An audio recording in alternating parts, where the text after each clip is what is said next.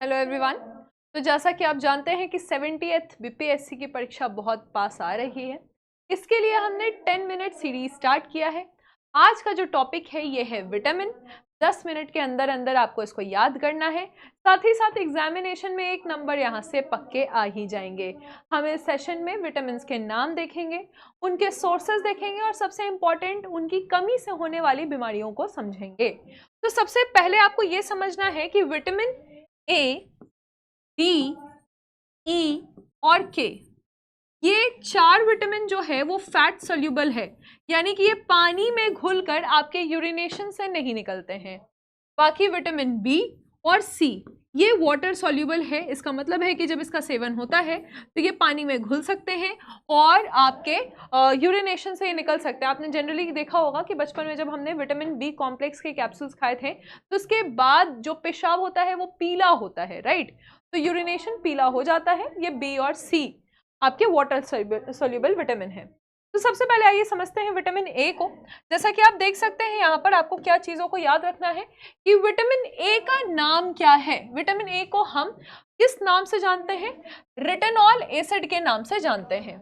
अगर vitamin A की कमी होगी शरीर में तो इससे नाइट ब्लाइंडनेस हो जाता है, नाइट ब्लाइंडनेस होता है और केराटोमेलाशिया भी हो जाता है। केराटोमेलाशिया जो है ये बाल खराब हो जाते हैं, जैसे केराटिन या नाखून सही समय पे नहीं उगता है जिसमें केराटिन होता है। केराटिन की कमी को हम केराटोमेलाशिया कहते हैं, तो बाल और नाखून का नहीं उगना। फिर हम देखेंगे कि इससे इरेगुलर ग्रोथ, दांत सही तरीके से नहीं उगते हैं, आंख और जो स्किन का स्वास्थ्य है वो भी खराब हो जाता है।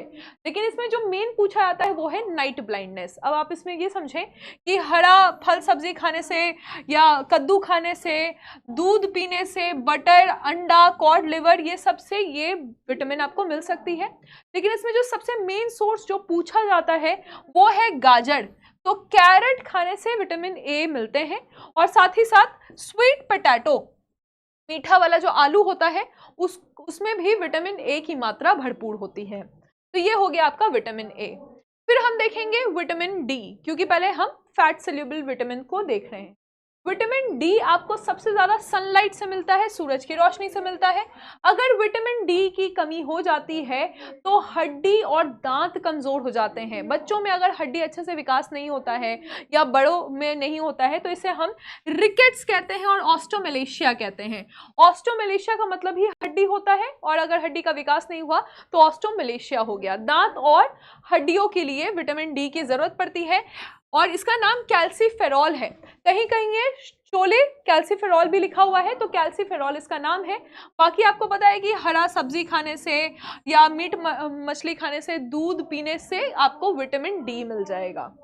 नेक्स्ट आप देखिए विटामिन ई, इसको हम टोकोफेरॉल कहते हैं। टोकोफेरॉल विटामिन ई बादाम खाने से मिलते हैं और बाकी जो अन्य पदार्थ जैसे आप जानते हैं हरी सब्जी, साग खाने से या पालक खाने से विटामिन ई मिलता है। अगर यहाँ पर विटामिन ई की कमी होती है तो ज्यादातर पुरुषों में देखा गया है कि बांझपन आ जाता है, लेस फर्टिलिटी, बच्चा पैदा होने में यहाँ पे दिक्कत हो सकता है। तो ये है लेस फर्टिलिटी, ये विटामिन ई की कमी से होता है। विटामिन के से ब्लड क्लॉटिंग नहीं होता है, मतलब इसका अगर कमी है तो खून का थक्का बनने में दिक्कत होती है। जब भी किसी को चोट लगता है तो खून निकलता है, अगर खून निकल रहा है लगातार तो इसके लिए जरूरी है कि खून का थक्का बन जाए, ब्लड क्लॉट हो जाए। अगर विटामिन के की कमी होगी तो खून का थक्का नहीं बनेगा। विटामिन के को हम किस नाम से जानते हैं? तो यहाँ पे आप देखिएगा कि विटामिन के को हम पाइलोक्यूनिन के नाम से जानते हैं। पाइलोक्यूनिन इसका क्या है? तो विटामिन के का नाम है पाइलोक्यूनिन, इसमें डिस्टर्ब मत होइएगा। तो ये इसका नाम है। और आप देखिए विटामिन के हमें किस चीज से मिलता है? वही हरी सब्जी खाने से हमें विटामिन के मिलता है। बंदा गोभी, फूल गोभी, पत्ते वाली सब्जियां, हरी सब्जियां, सोयाबीन, पालक। लेकिन इंपॉर्टेंट है स्प्राउट्स, ठीक है। तो जो अंकुरित चना बादाम होता है, तो चना को या मूंग को जब हम अंकुरित करते हैं तो उससे हमें विटामिन के मिलता है। अब हम आते हैं विटामिन बी में। बी कॉम्प्लेक्स यानी कि बी के बहुत सारे अलग अलग विटामिन हैं। तो बी में सबसे पहले है B1, जिसे हम थायमीन के नाम से जानते हैं। अगर थायमीन की कमी होती है शरीर में तो इससे बड़ी बड़ी बीमारियां होती हैं। एक और बीमारी जो पूछा गया था तो ये कोर्सेकॉफ सिंड्रोम, कोर्साकॉफ सिंड्रोम भी विटामिन B1 की कमी से होता है। यहाँ पर आप देखिए कि जो समुद्री जो मछली वगैरह है वो खाने से ये ठीक हो सकता है, और हरी सब्जियां खाने से, मीट खाने से विटामिन B1 की पूर्ति हो सकती है। विटामिन B2 हम देखेंगे तो इसे राइबोफ्लेविन के नाम से जाना जाता है। राइबोफ्लेविन, इसको हम और किस नाम, यहाँ पे आप देखिएगा अगर इसकी कमी होती है तो स्किन की बीमारियां होती हैं इसमें, जैसे कि एरिबोफ्लैविनोसिस। एरिबोफ्लैविनोसिस क्या है? ये स्किन की बीमारी है, ठीक है, त्वचा, डर्मेटोलॉजिस्ट के पास जाना पड़ता है ना, डर्मा के पास, तो ये स्किन की बीमारी है। ईस्ट, अंडे, फल सब्जी खाने से इसकी पूर्ति होती है।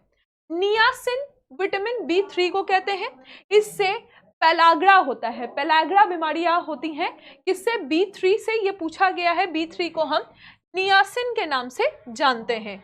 और होल सीरियल यानी कि अनाज खाने से, टमाटर खाने से, आलू खाने से ये ठीक हो सकता है। फिर हम देखेंगे B5 पायरोडॉक्सिन। तो किस चीज में हमें B5 मिलता है? B5 में भी वही जो कॉमन चीज है, ये सब में कॉमन जो हरी सब्जियां होती हैं, मीट, मछली और दूध पीने से आपको B6, B5, B7, B9 मिलेगा। B5 को हम किस नाम से जानते हैं? पायरिडॉक्सिन के नाम से जानते हैं। यहाँ पर आप देखेंगे अगर B5 की कमी होती है तो B5 में हम देखें कि पैरेस्थेसिया इस बीमारी को कहते हैं, पैरेस्थेसिया, जिसमें कमजोरी आता है, इंसोम्निया होता है, रात में नींद नहीं आती है। B6 की कमी से अनीमिया होता है, यानी कि खून की कमी होती है, कभी कभी कंफ्यूजन होता है, बोलने में एंजाइटी आता है, मुंह सूख जाता है, ये सब B6 की कमी से होता है। तो आप लोग भी अगर नर्वस होते हैं तो B6 की कमी से ये हो सकता है। फिर हम देखें B7 को हम बायोटिन कहते हैं। बायोटिन की कमी से डर्मा की बीमारियां होती हैं, स्किन की दिक्कतें होती हैं। हेयर लॉस, अगर आपके बाल बहुत झड़ रहे हैं यानी कि B7 की कमी हो सकती है, बायोटिन की कमी हो सकती है। और एंडेराइटिस होता है, डर्मेटोराइटिस होता है। आप देखेंगे कि जो भी स्किन या बाल के जो कंपनियां होती हैं वो भी अपना नाम बायोटिन इस टाइप का नाम रखते हैं, तो वो B7 है। फिर हम देखें B9, फोलिक एसिड कहते हैं हम B9 को। फोलिक एसिड की कमी से भी एनीमिया होता है, मेगालोब्लास्टिक एनीमिया, ये B9 की कमी से हो सकता है। आखिरी B जो है वो है B कॉम्प्लेक्स में B12। B12 को हम ये पूछा गया है, साइनोकोबैलामिन कहते हैं। साइनोकोबैलामिन ये अंडा या फिर मीट खाने से, दूध पीने से, मछली खाने से B12 की आपूर्ति हो जाती है। और आरबीसी जो बनता है, आरबीसी का जो फॉर्मेशन होता है वो सबसे ज्यादा B12 से ही बनता है। तो B12 अगर किसी के शरीर में है तो उसे खून की कमी नहीं होगी। और एनीमिया वही खून की कमी की बीमारी होती है अगर B12 की कमी हो जाएगी। आखिरी जो विटामिन है हमारा वो है विटामिन C। विटामिन C सबसे ज्यादा गूसबेरी खाने से मिलता है, जो कि हम आंवला कहते हैं, या कोई भी जो खट्टा फल होता है, सिट्रिक फ्रूट होता है, इससे हमें मिल सकता है, जैसे कि लेमन हो गया, संतरा हो गया। इसके अलावा आप देखिएगा टमाटर या गाजर और बंधा गोभी में विटामिन C पाया जाता है। कड़वी, गम स्वेलिंग एंड ब्लीडिंग, यानी कि खून निकलना, या जो गम है दांत के पास जो आपका जड़ होता है वो मोटा हो जाएगा, स्वेलिंग हो जाएगी। विटामिन C को हम किस नाम से जानते हैं? इसको हम एस्कॉर्बिक एसिड के नाम से जानते हैं। एस्कॉर्बिक एसिड हम विटामिन C को कहते हैं।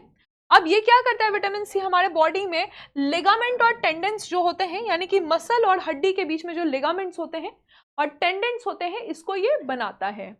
आखिरी में हम देखेंगे दो चीज और देख लेते हैं न्यूट्रिएंट्स में। हमें आयरन की जरूरत होती है, आयरन शरीर में होता है तो खून की कमी नहीं होती है। आयरन नहीं रहेगा तो वीकनेस लगेगा, एनीमिया बीमारी हो सकती है। और आयोडीन, जो नमक आप खाते हैं, तो अगर नमक की कमी होगी, आयोडीन की कमी होगी तो हमें गोइटर हो सकता है। गोइटर में क्या होगा? तो इस तरह से ये पूरा पोर्शन आपका जो गला वाला पोर्शन है वो फूल जाएगा और स्वेलन नेक हो जाएगा। यहाँ तक कि मेंटल डिसेबिलिटी भी आयोडीन की कमी से हो सकती है।